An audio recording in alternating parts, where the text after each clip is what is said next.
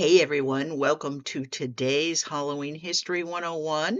We are going to talk about a classic Halloween book today. In fact, maybe the classic Halloween book. It is this, The Book of Halloween by Ruth Edna Kelly. This is from 1919, and this is the first series book dedicated to the history and lore of Halloween.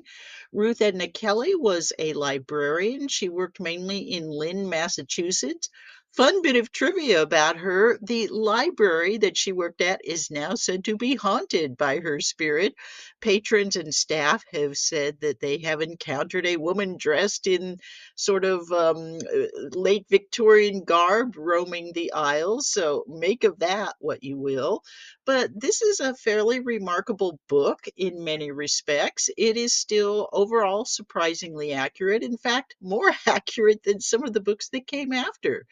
It covers the ancient history, Samhain and so forth, England, the Celts, Scotland. But one of the things that I find most interesting about this book is the final section that's called Halloween in America. Now, in 1919, there was still no trick or treat. That was about 15, 20 years in the future. But she makes a really interesting point here, talking about the future of Halloween. She talks about a pageant that was held in Fort Worth, Texas in 1916. In the Mask and Pageant of the Afternoon, she writes, 4,000 school children took part. At night, scenes from the pageant were staged on floats, which passed along the streets. And then she finishes the entire book with this. May there not be written and presented in America a truly Halloween pageant, illustrating and befitting its noble origin and making its place secure among the holidays of the year.